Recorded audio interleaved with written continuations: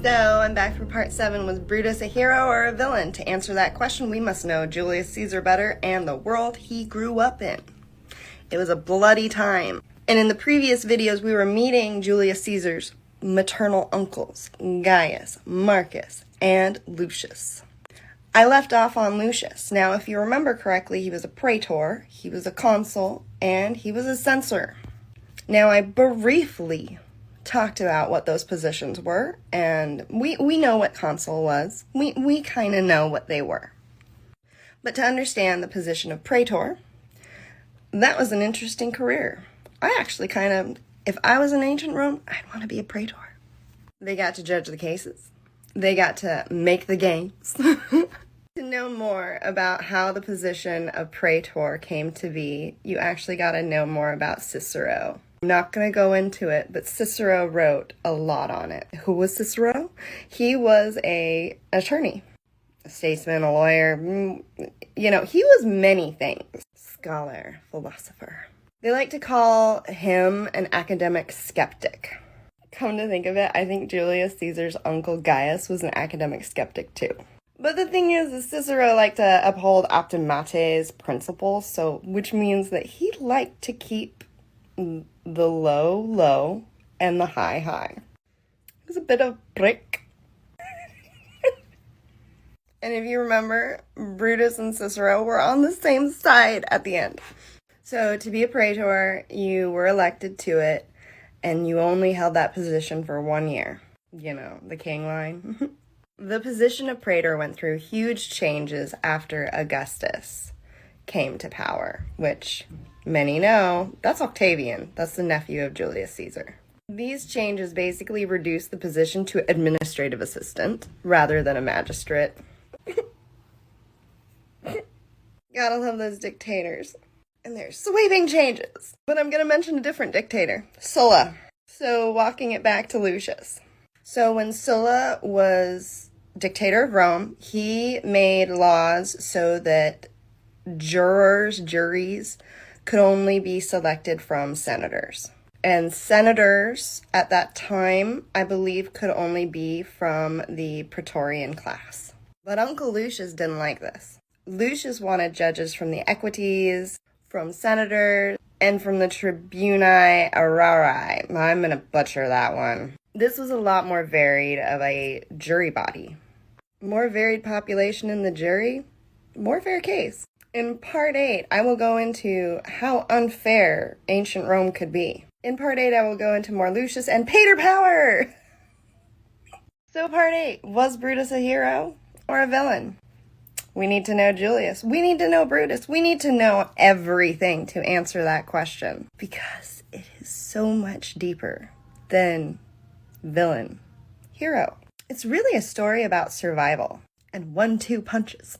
So in the last video, we were talking about Lucius and the laws that Sulla, the dictator, was making and the sweeping changes that he was making, and how Lucius was trying to correct some of those mistakes. So I mentioned that he was making changes to the judges that would try cases. He wanted a much more equitable, I bet that's where the term equitable comes from, equities. So the judges were coming from the senators, the equities, and the tribunae aurarii. Again, probably butchering the crap out of that word. And they were to be 1/3 senator, 2/3 of the equestrian, and I don't mean horse riders, and 1/2 the tribunae aurarii. Now, with this body, Uncle Lucius brought a case against the nephew of Sulla, Lucius Cornelius Sulla. Now, this dude didn't wield much power in his day. He didn't even... To be honest, he's not very notable. Seriously, this conspiracy is the most notable thing in his whole life. But it was a scandal. And I don't want to make this video about this frickin' stupid scandal, okay? But he was impeached and he was expelled. GTFO. But he's kind of useful later because when Julius Caesar crosses the Rubicon, this dude's with him. Oh yeah, the nephew of Sulla is with him in support because he hated Pompey. A lot of people hated Pompey, really. Oh, and he managed his camp. I bet he set up his tent and got the fire all ready for him. Hey Caesar, I got warm toasty marshmallows for you. And I guess he commanded the right wing of Caesar's army in a battle, like a Pharisallus or something. I don't remember. But back to Lucius. So, Lucius got Cornelius Plubius Sulla out. He also got his buddy out. Another Plubius, Antonius Paetus. And Uncle Lucius and a buddy of his basically stepped into the role of these two dudes. I doubt the validity of any of these allegations. So even though he was trying to make the jury more fair, my guess is that those juries were in his back pocket. Lucius was front and center of the Catiline conspiracy, which, again, sorry if I'm pronouncing it wrong. To sum that up, it's an attempt to overthrow the Roman Republic. And I just realized I didn't go into pater power, so that'll be in part 9, I hope.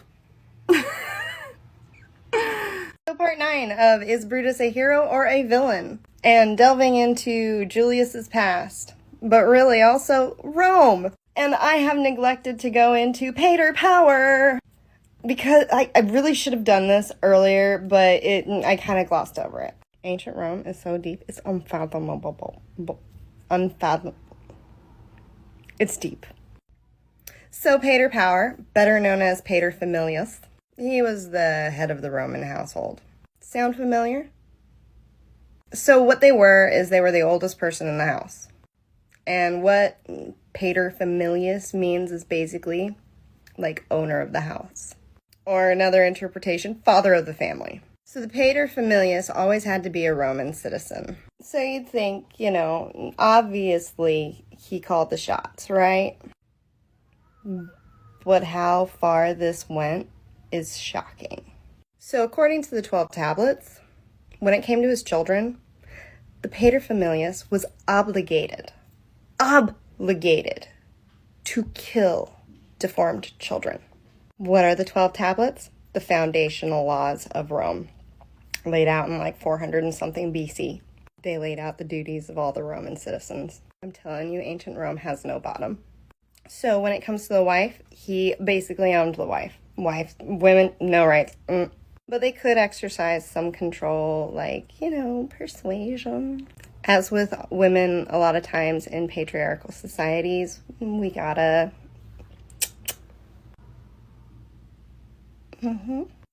ways. When it comes, so this is the other thing, is they were the house priest. There was this, family cult. Genus, ancestor worship.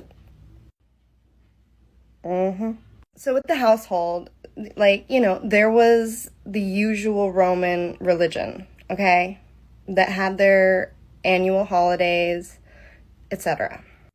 But then there was the house holidays, which included birthdays, fertility, coming of age, things, pater worship.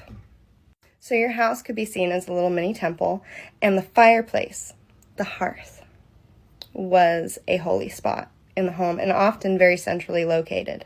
The beating heart of a home, and where Vesta could be found, because she brought the messages to the gods, and you brought your offerings to her, your prayers, your wants. You also worshipped your ancestors, your house gods.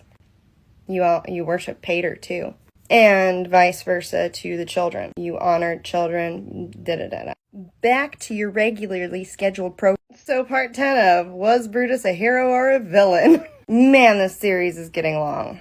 Thank you for watching, because this is turning into being 30 minutes long. Possibly longer. But as you can see, this can't be summed up in a minute or even 3. Otherwise, it'd come down to stuff happened and thing. Blood was spilled and yada.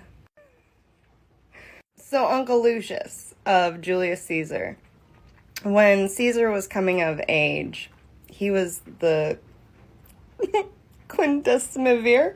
Okay, I'm definitely butchering that one. I didn't take Latin. I don't know Latin. I don't even know Pig Latin. But I can tell you what it is. They were 15 members of a college. But it wasn't that kind of a college. It was like a college with priestly duties, where they basically deciphered foreign religions that the state of Rome was about to adopt. They also guarded the Sibylline books. Well, they're a collection of ocular utterances, not to be confused with oracle utterances. I know. Why they gotta be so difficult? The reason is because there's literally oracles utterances too. And they're in a complete different direction. And they're a part of like the Jewish and Christian early history. So what they were is they were written in Greek hexameters, and they only survive in fragments today because they were purposely destroyed. So legend has it they were purchased by the last king of Rome, who I think was Lucius Tarquinius Superbus, which was like 400 years before that time. So back to a Sibyl. Yeah, a Sibyl was a prophetess, like a propheter. And they lived in ancient Greece. So there was this Sibyl that offered the books to this Superbus for an insane sum. And he declined. He was like, nah, man, nah. This chick, like, upped the ante. She threw 3 in the fire. But then, she offered the remaining 6 to Superbus for the same price. Man, this chick knew how to wheel and deal. She's like, if you find no value in it, I guess it's food for the fire. He did not expect that.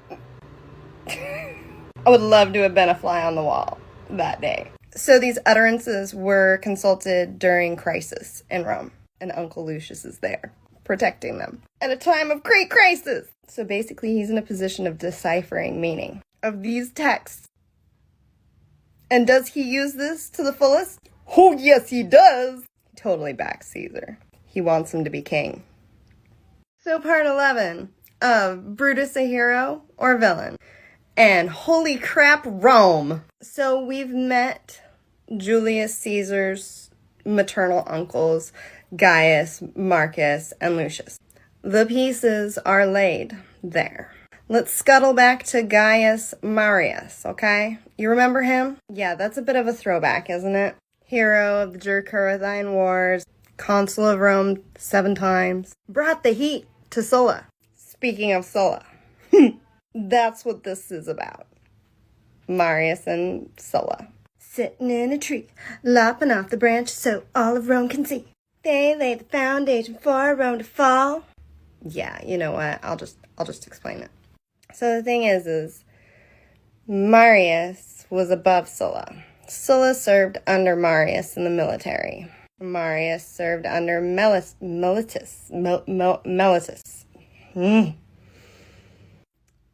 Metellus Numidicus. Honestly, he matters little. But Marius was a hero of the Jercurothine Wars. But Sulla, who was his subordinate, was the reason they won the wars. Sulla was instrumental in that victory. He even had like a signet ring made. He didn't get the accolades. Marius did. Not that it's true history, but it reminds me of the end of Spartacus, the TV series, where Pompey rides in and he's like, I won against Spartacus in the north. But Crassus had just beat Spartacus right there. Claiming victories that were not your own was kind of common. But I suppose it was still his job to do what he was supposed to do, and his higher commander was Marius at the time, so... But anyways, on to the sweeping military changes that Marius did that laid the grounds for the fall of Rome. So Rome had a growing issue with what was retired soldiers, known as the landless poor. So Marius thought that he had this great idea to solve this problem. And he did these huge sweeping changes with military reform. They had long-term, echoing, rippling consequences for hundreds of years. Thanks, Uncle Marius. So what he did was he made a deal with the Senate to give land to retired military. This opened the door for generals to use this to buy their troops' loyalty. Talk about supporting political ambition? Great plan, Mar. So part 12, and was Brutus a hero or a villain? And we haven't even gotten to Brutus yet. I promise, he's coming. He is coming. And very, very soon. The whole Sevilla and her brother Cato and Brutus and who his daddy. But you need to understand Marius. You need to understand Sulla. You need to understand Pompey. You need to understand Julius Caesar. You need to understand Cicero. You need to understand Cato. Then we need to understand the women. Like, I've only been touching on the women on surface level. Women are playing a part in this. And I think this is too bright. There, better. So you know how in the last video I was talking about how Gaius Marius, uncle of Julius Caesar, married to his aunt, Julia. So he made sweeping reforms in the military. Yeah, the ones that gave retired soldiers land. Yeah, so this basically was perfect bribery for the military. And this is when you get the generals marching through Rome. If it wasn't for these reforms, Sulla would never have been able to become dictator. So Marius created the Sulla problem. Marius created the Catiline problem. Catiline being this other dude who basically tried to take over just like Sulla, another general. Think of him like a Sulla Caesar. He was a failure, though. Complete and utter failure. Where Sulla succeeded for a time, and Julius Caesar did succeed. But was, we know, et tu, Brute. Stabby. On the Senate floor. So why these reforms were a big deal is because up until Marius, since the founding of Rome, the military was a non-professional army. So you could say he was the making and the breaking of Rome. So the military was made up of landowning citizens that was broken up into 5 groups. One was the equestrian class. And so the equestrian class, you know how I said it wasn't the horses? Well, it was, but it wasn't, but it was. In regards to the military, it totally was. And this made up the 6th class. I know I said that there was 5, but that was excluding the wealthiest class. The equestrian was the wealthiest class in the military. And so, like, the landless poor, I was talking about them before, they only served in the military in emergency situations. Right now, it's pretty hot in Rome. In the early Middle Republic of Rome, they didn't provide armor for their men. So the landless had very little reason to fight, and the land-owning had a lot of reason to fight. But suddenly, these sweeping reforms promising land. A bunch of plebs can rise.